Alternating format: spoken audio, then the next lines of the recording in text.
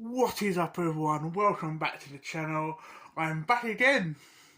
Fairly quick compared to most things, but I'm back today within my 24-hour allotted time with my rental game.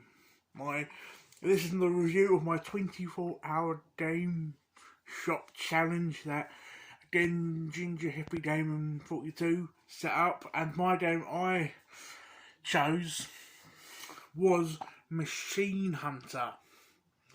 And I think, but from what I saw in the comments on my video yesterday, quite a few people were interested in this game because they had not heard of it or liked the front cover, and I think that's part of the reason why I rented it. Now,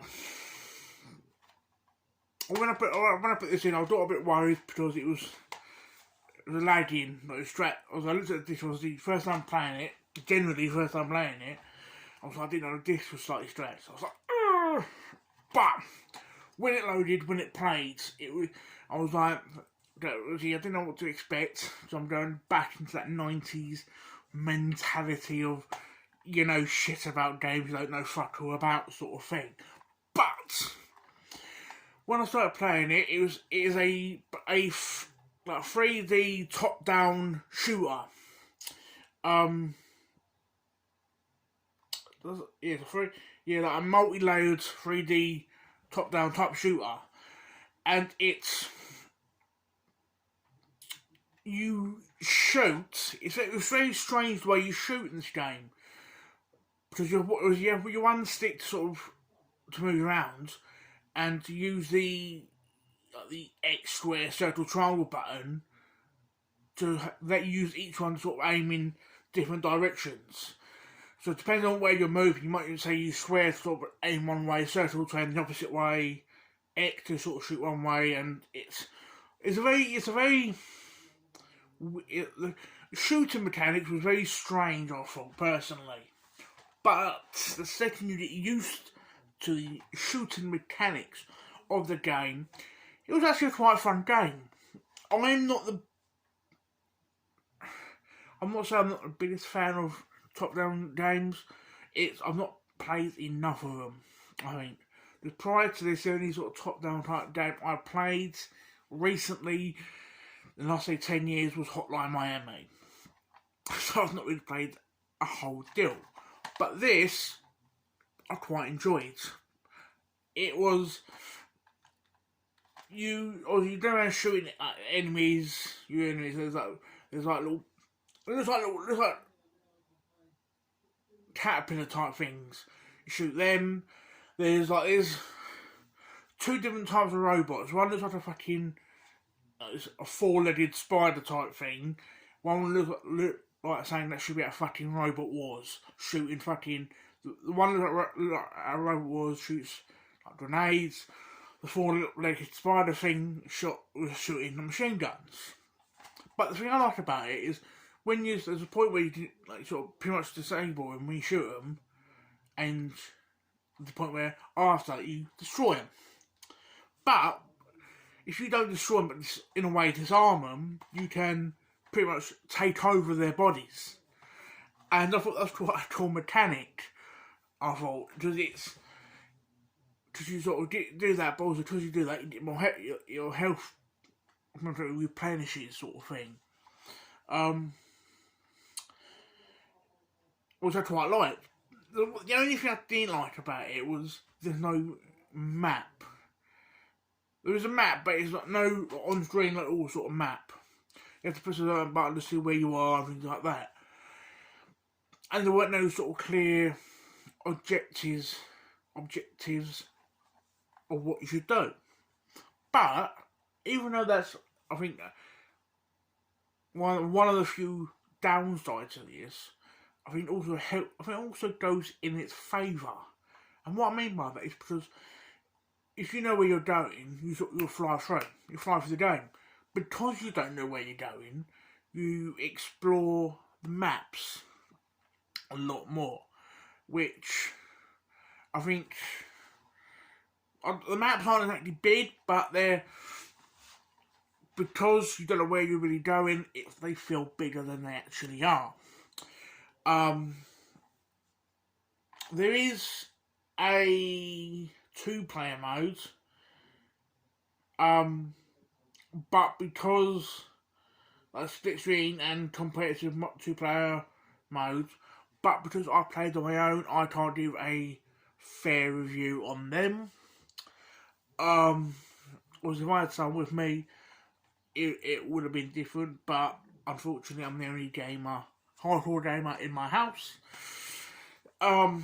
Which, to be fair, in the 90s, if I was renting games, it was primarily me playing them anyway.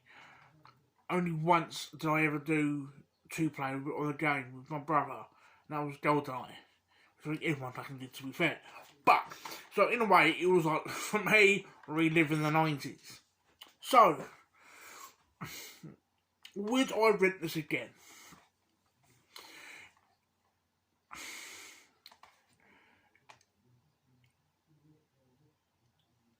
I'm saying maybe, only because I've not tried the multiplayer. But would I buy this? Probably, to be fair. I think, to be fair, it's probably to renting and buying. There was enough enjoyment there for me to sort of continue playing. And it's probably more enjoyable with a second player.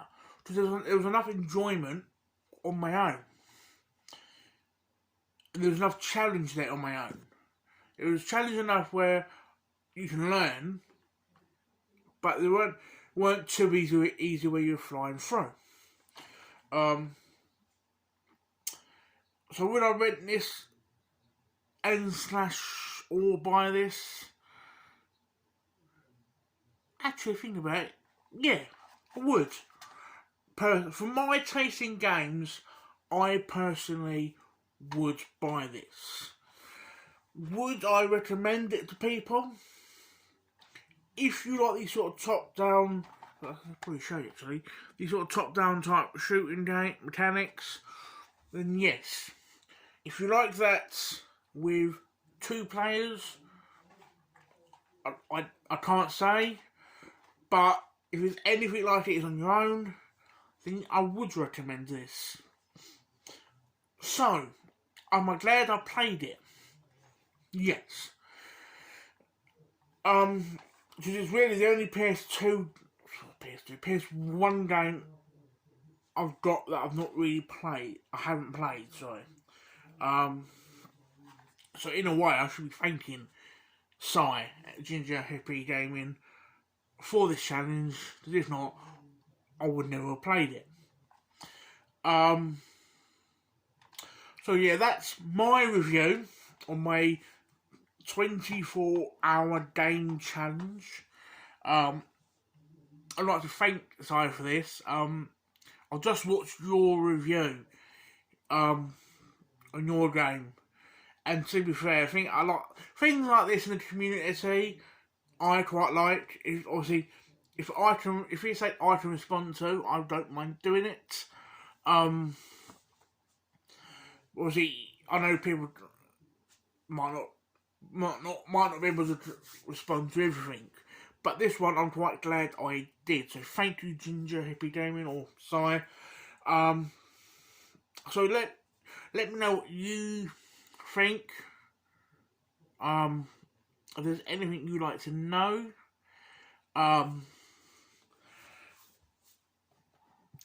please leave a comment. Please like the video. We don't have to, but please.